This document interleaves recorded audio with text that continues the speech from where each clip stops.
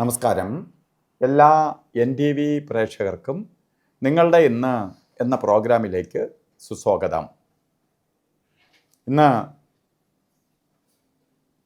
2025 October മാസം 15-ാം തീയതി 1201 ആണ്ട് കന്നിമാസം 29-ാം തീയതി ബുധനാഴ്ച. ഇന്ന് നക്ഷത്രം പൂയൻ നക്ഷത്രമാണ്. അപ്പോൾ പൂയൻ നക്ഷത്രം ബുധനാഴ്ച ആയിട്ട് ഒത്തു വന്നിരിക്കുന്ന ദിവസമാണ്. അപ്പോൾ ശുഭനക്ഷത്രമാണ്, ശുഭ ദിനവുമാണ്. അപ്പോൾ രണ്ടും കൂടി ഒത്തു വന്നാൽ ശുഭകാര്യങ്ങൾക്ക് അനുകൂലപ്രദമായ ദിവസമാണ്. പ്രത്യേകിച്ച് ബുധൻ ഒരു പ്രത്യേകതയുള്ളത്, ബുധൻ നമുക്ക് എന്ത് ചെയ്യുന്ന കാര്യങ്ങളെല്ലാം സപ്പോർട്ട് ചെയ്യുകയും വളരെ പുരോഗതിയെ തരികയും ചെയ്യുന്ന ഒരു ദിവസമാണ് ബുധൻ്റെ ദിവസം. അന്ന് ശുഭനക്ഷത്രവും കൂടി ആയതുകൊണ്ട് നമുക്ക് ധൈര്യമായിട്ട് എന്ത് കാര്യത്തിന് വേണോ ഇറങ്ങാം. ഒരു കാര്യവും മാറ്റിവെക്കരുത്.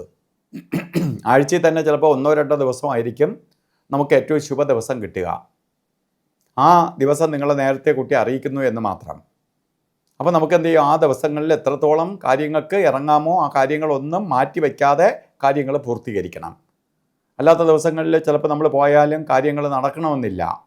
അതുകൊണ്ടാണ് ഈ ശുഭ ദിവസത്തിന് ഏറ്റവും കൂടുതൽ പ്രാധാന്യം കൊടുക്കുന്നതിന് കാരണം.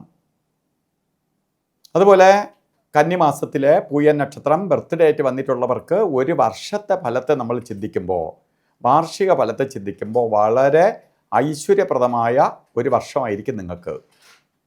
സാമ്പത്തിക പുരോഗതിയായിട്ടും പല തരത്തിലുള്ള നേട്ടങ്ങൾക്ക് ഇടവരുന്ന കാലഘട്ടമാണ്. പ്രത്യേകിച്ച് വിദ്യാഭ്യാസ മേഖലയിൽ പഠിക്കുന്നവരാവട്ടെ അവർക്ക് ഏറ്റവും നേട്ടത്തിൻ്റെ കാലഘട്ടമാണ്. പഠിക്കുന്നവരാണെങ്കിൽ ഉപരി പഠനത്തിന് സഹായിക്കും. പഠിപ്പിക്കുന്നവർക്ക് നല്ല നല്ല അംഗീകാരങ്ങൾ അവർക്ക് ലഭിക്കും. അതുപോലെ ജോലിയില്ലാതെ വിഷമിച്ചിരിക്കുന്നവർക്ക് ജോലി ലഭിക്കും. ജോലിയിൽ കയറ്റം ആഗ്രഹിക്കുന്നവർക്ക് ധൈര്യമായിട്ട് പരിശ്രമിക്കുക, ജോലി കയറ്റം ഉണ്ടാവും. ബിസിനസ് കാര്യങ്ങൾ നടത്തിക്കൊണ്ടിരിക്കുന്നവർ ബിസിനസ് ഡെവലപ്പ് ചെയ്യാനോ ബിസിനസ്സിൽ നേട്ടം ഉണ്ടാക്കാനോ ഒക്കെ ഈ കാലഘട്ടം നല്ലതാണ്. പുതിയ സംരംഭം ആരംഭിക്കാൻ ഉദ്ദേശിക്കുന്നവർക്ക് ഏറ്റവും അനുകൂലപ്രദമായ ഒരു കാലയളവാണ് ഈ ഒരു വർഷക്കാലം. ഇതൊക്കെ നമ്മളെ പുരോഗതിയുടെ, ഉയർച്ചയുടെ, ഉന്നതിയുടെ കാലയളവ് തന്നെയാണ്. അപ്പോൾ നമ്മൾ ഈ ഒരു വർഷത്തെ വേണ്ട രീതിയിൽ പ്രയോജനപ്പെടുത്തണം. ഇപ്പോൾ ശരിക്കും പൂയ നക്ഷത്രക്കാർക്ക് ഇപ്പോൾ വ്യാഴം 12 നിൽക്കുന്ന സമയമാണ്. അത്ര നല്ല സമയമല്ല, അത് കോമൺ ആയിട്ടാണ്. പക്ഷേ ഈ ബർത്ത്ഡേ വന്നിട്ടുള്ളവർക്ക് വിശേഷാൽ ഗുണഫലം സിദ്ധിക്കും. അവർക്ക് ഒരു പരിരക്ഷ കൂടുതലായിട്ടുണ്ട്.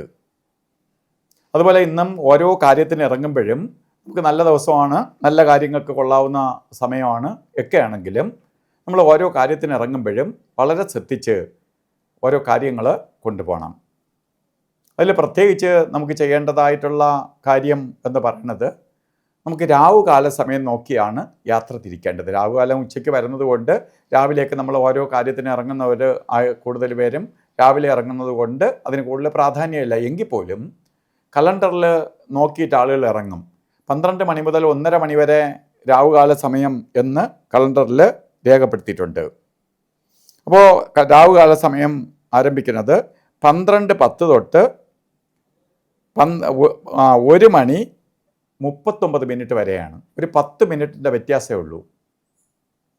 അപ്പോൾ ഒരു 10 മണി, അത് 12 മണി 10 മിനിറ്റ് കഴിഞ്ഞിട്ടേ രാവുകാലം തുടങ്ങുകയുള്ളൂ. 1:30 തീരത്തില്ല, 1:40 39 കഴിഞ്ഞിട്ട് തീരുള്ളൂ. അതുകൊണ്ട് ഈ സമയം നോക്കി വേണം യാത്ര തിരിക്കാൻ. അതുപോലെ ഗുളിക കാലസമയവും യമകണ്ഠ കാലസമയവും നമുക്ക് ഒരു ശുഭകാര്യങ്ങൾക്കും എടുക്കരുത്. അതിൽ ഗുളിക കാല സമയം വരുന്നത് 10:42 തൊട്ട് 12:10 വരെയും, യമകണ്ഠ കാല സമയം വരുന്നത് 7:45 തൊട്ട് 9:13 വരെയും. ഈ സമയം ഒരു ശുഭകാര്യങ്ങൾക്കും എടുക്കരുത്. അതുപോലെ ഇന്നും അഭിജിത്ത് മുഹൂർത്തമുണ്ട്. അഭിജിത്ത് മുഹൂർത്തം വരുന്നത് 11:46 തൊട്ട് 12:34 വരെയാണ്. 48 മിനിറ്റ് നേരം. ഇതിൽ കുറേ സമയം രാവുകാലം നടക്കുന്ന സമയമായതുകൊണ്ട് രാവുകാലം ശരിക്കും ശുഭകാര്യങ്ങളുമായിട്ട് ഒരു ബന്ധവുമില്ല. എന്നാലും എല്ലാ പേരും അഭിപ്രായം പറയുന്ന ഒന്നാണ് രാവുകാലത്തിൽ കയറി.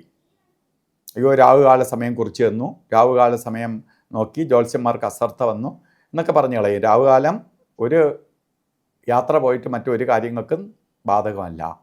മറ്റെല്ലാ ശുഭകാര്യങ്ങൾക്കും എടുക്കാം. രാഹു അതിനെ തടസ്സം ചെയ്യുന്നവനല്ല.